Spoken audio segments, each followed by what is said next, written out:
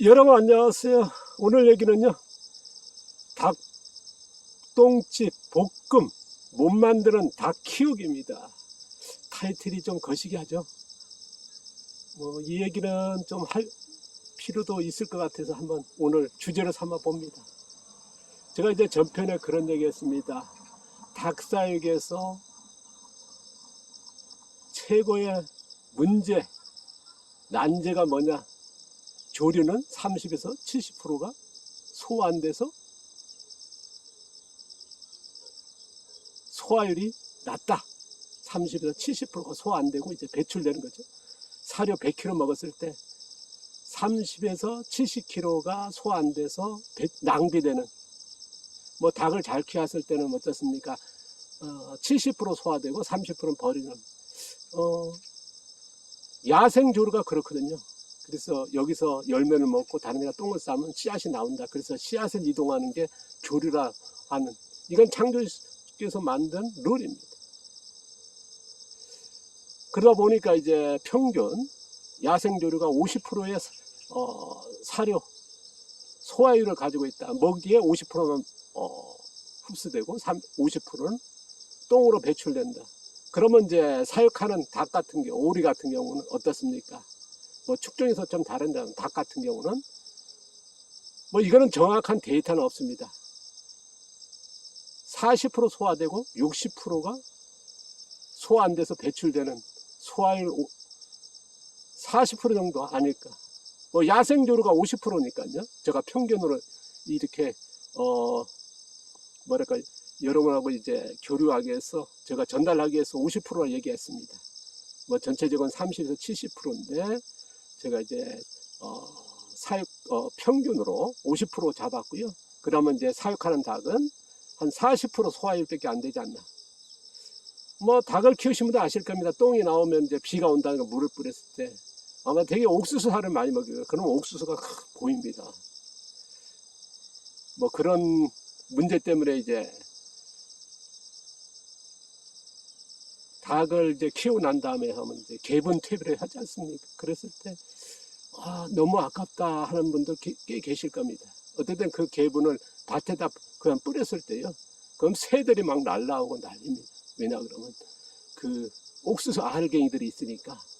멋모르고 이제 되게 뿌리고 밭가리면 괜찮은데 위에다가 뿌렸을 때 웃거름이나 덧거름을 뿌렸을 때 그런 문제가 노출돼서 당황하는 그런 사례도 제가 이제 접한 적이 있습니다. 그 정도로 이제 소화율이 낮던데요.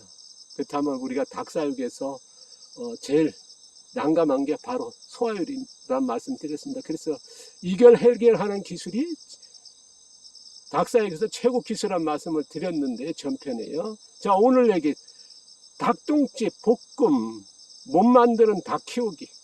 타이틀이 이상합니다만은 닭볶음용의 닭똥집이죠.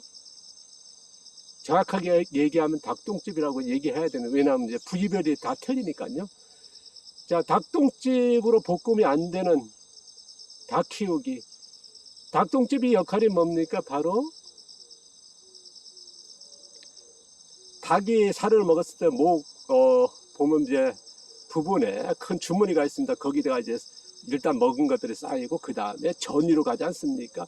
전이가 보통 한 1cm 굵기 정도의 조금 차이가 있습니다만 한 5cm에서 7, 8cm 정도 길이에 좀 굵은 게 있고, 그 다음에 근이, 정확하게 하면 이제 닭똥집을 우리가 이제 우리나라에서는 이제 부릅니다만은 근이라 그러거든요. 그 아랫에 있는 게 전이고요. 그 다음에 이제 장이 있습니다. 장이 이제, 그러면 이제 근 위에서 모래하고 사료가 들어가면 거기서 쪼개는 거거든요. 소화시키는 곳입니다. 그러면 장은 뭐냐? 긴 장은 제가 그런 얘기 했습니다. 소화율을 높이기 위해서 2~3배 정도의 굵고 긴 장을 만들었으면 좋겠다. 그게 최고의 기술로 본다 하는 말씀을 드렸습니다. 닭사육에서 어떤 기술이 최우선이다, 이런 게 필요하다, 수많은 얘기 할 겁니다. 그 중에서 소화율을 높이는 기술이 최고다. 그러면 소화율을 높이는 장, 전편에 그런 얘기 했죠. 2배, 3배 길고 굵어야 된다. 그건 장은요, 바로 근위에서 양분을 쪼개주고 나서 거기서 흡수하는 것입니다. 그건 당연하게 이제 그것도 이제 길고 굵게 하지만은 근위가 얼마만큼의 소화율을 높이는, 그 사료를 분쇄시키는, 분해하는 그 역할이 잘 돼야 됩니다. 그러니까 우리가 똥집이라고 하는 근위가 발달해야 되거든요. 그러면 그거를 어떻게 알 수 있냐? 바로 이겁니다. 닭똥집 볶음이 안 됩니다. 제가 원하는 닭은 뭐냐? 소화율이, 제가 전편에 그런 얘기 했습니다.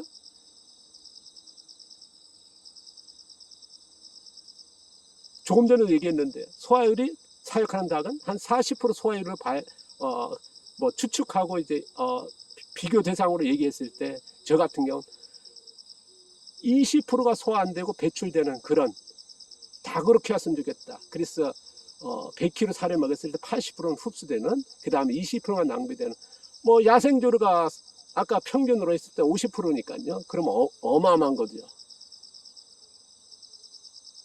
그리고 제가 이제 닭사육에서 평균 40% 소화율이라 그러면 이것만 해도 굉장히 큰 차이가 있는 거거든요. 그래서 이 정도 갔으면 좋겠다. 이건 데이터 나온 건 아닙니다만은 어쨌든 그걸 목표로 한다는 거, 그 이상을 목표로 한다는 거. 제가 이제 소화율 80%입니다만은 뭐 90% 그렇게 가는 닭으로 키웠습니다. 이게 첫 번째 기술이다. 그러면 그 소화율을 높이는 결정적인 게 뭐냐? 근위, 닭똥집입니다.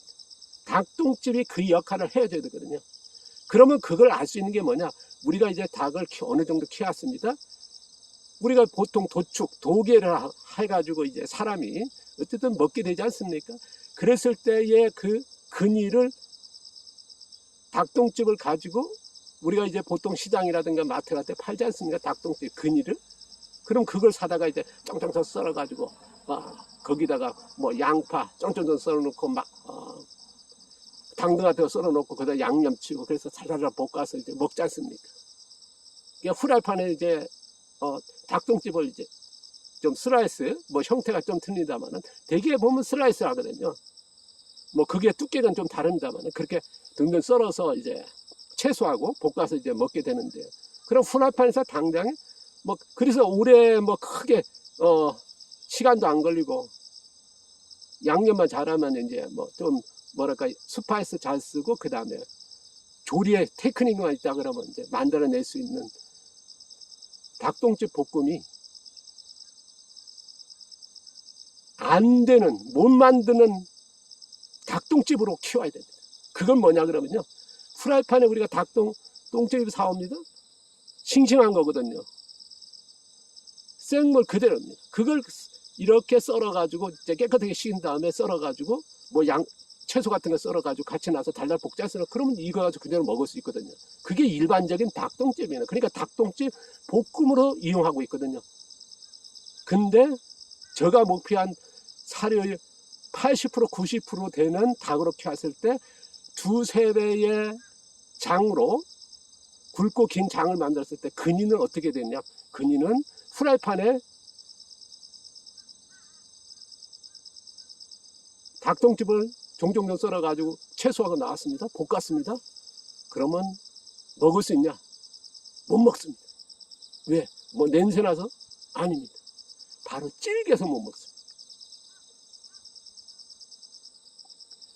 아주 단단하게 키워야 돼요. 제가 그런 얘기 했습니다. 뼈가 우리가 이제 닭을 잡아가지고 이제 어떻습니까? 백숙이라든가 닭볶음 하지 않습니까? 했을 때 어떻습니까? 물렁뼈까지 뭐 다리에 보면 물렁뼈 뭐 다 씹어지지 않습니까? 지금 거의 그럴 겁니다. 조금 오래된 닭들도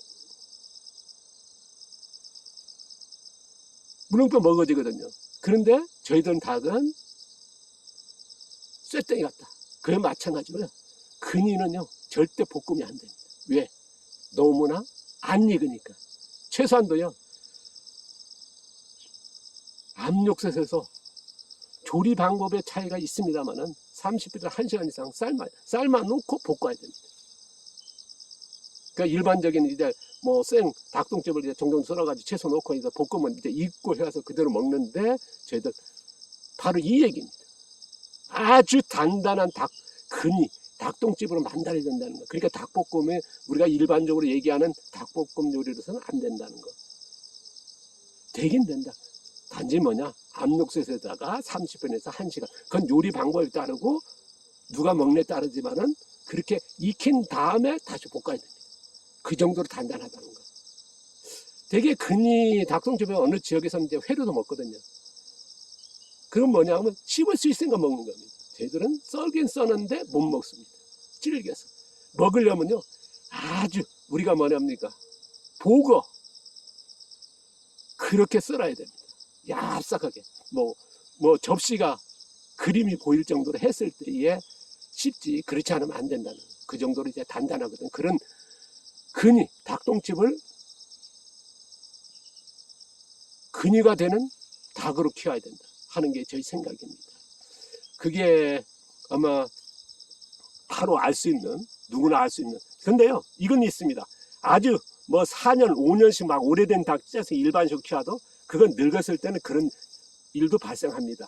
어떤 품종에 따라서 그렇게 할 수 있는데, 그건 뭐냐, 늙으니까, 오래됐으니까 그렇게 질기는 거고요. 닭볶음이 안 되는 거고, 제가 얘기하는 건 뭐냐, 어릴 때부터 그런 닭으로 키운다는 겁니다. 그러니까 이게 차이가 큰 거죠. 저희들 산란하기 정도 돼가면요, 뭐 산란하다 보면 이제 어떤가 피크를 이루고 한 8개월, 10개월 정도 돼가면 이제 어떤 때 잡아먹습니다. 독일을 하게 되죠. 그랬을 때에 안 된다는 거. 뭐가? 닭볶음이 안 된다는. 후라이팬에 그냥 근육을 잘라가지고 이제 볶아서는 안 된다. 익지 않는다는 거. 먹으려면 압력솥 이걸 따로 삶고 나서 해야 될 정도 단단하다는 거거든요. 제가 이제 오래전입니다만은 한 번은 이제 생협의 활동가 한 분이 자제분하고 저희 농장으로 놀러 왔습니다.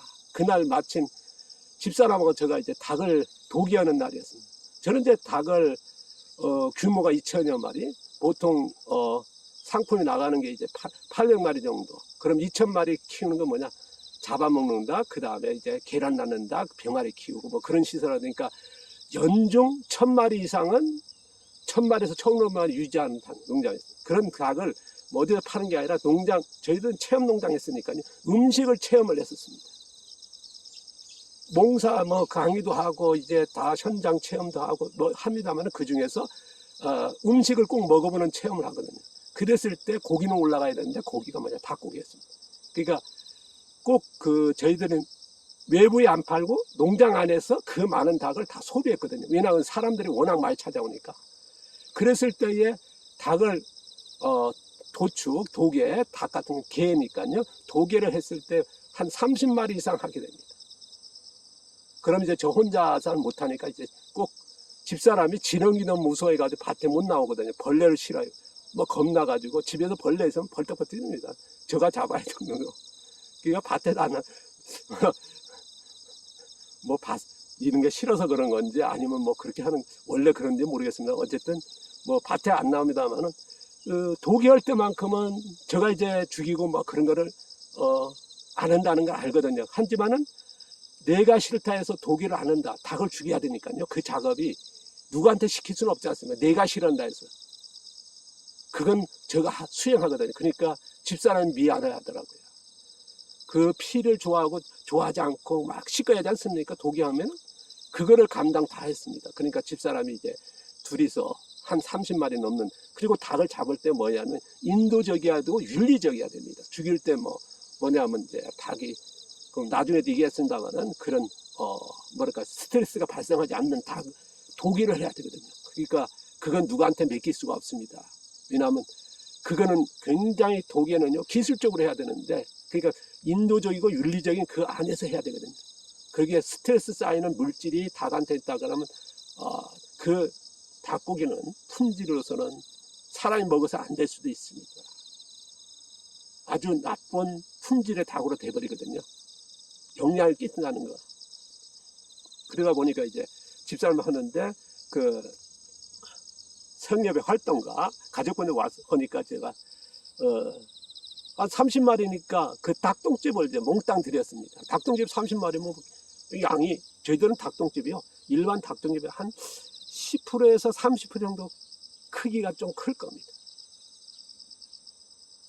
다들 이구동성으로 닭똥집이 좀 크다는 얘기를 하거든요. 그러니까 30원만 원이니까, 아, 선생님 고맙다고 그러더라고요. 그래 갖고 가서 이제 닭똥집을 이제 후라이팬에 뭐 닭똥집 정정정정 썰고 채소 정정정 썰고 이제 다 볶아가지고 남편도 퇴근하고 같이 내가 딱 먹었는데 아무도 못 씹는 거죠. 고무같이. 그러니까 안 익었다. 그러니까 이제 또 와서 볶았습니다. 그게 꽃 같은 겁니다. 그게 도저히 못 먹은 거죠. 그리고 그날은 이제 도저히 못 먹으니까 그냥 뒀다가 또 볶아봤답니다. 오래 볶았는데 그래도 또 고무라 못 먹어서 버렸다. 근데 그 얘기를 미안하니까 얘기는 안 했다가요, 한참 지나서 어떤 얘기가 닭을 어떻게 키우고 그거 설명할 때 후에 그 얘기를 하더라고요. 난 그걸 몰랐습니다, 선생님. 오해했습니다. 잘못 키운 걸로 알고 있었습니다. 바로 닭봉포이 볶음이 안 되는, 되긴 된다는 거, 압력솥에 삶아가지고 해야 되는데 그걸 제가 얘기를 못했어요. 그만큼 단단한 고무 같다는 얘기를 하거든요. 그래서 오늘 얘기가 오해는 없기 바라고요. 소화율 80% 90%의 높은 닭을 키우기 위해서는 뭐냐, 바로 닭똥집을 고무같이 단단하게, 그러니까 바로 우리가 생각하고 있는, 우리가 알고 있는 닭똥집에 볶으면 안 된다. 왜? 저희들 닭은 압력솥에 30분에서 1시간 정도는 삶아야 된다. 삶고 나서 볶아야 된다. 바로 이 얘기를 하고 싶습니다. 하는 겁니다.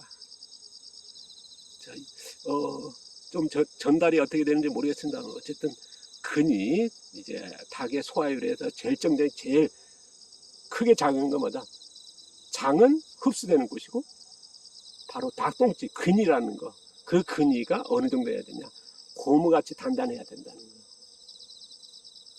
감사합니다.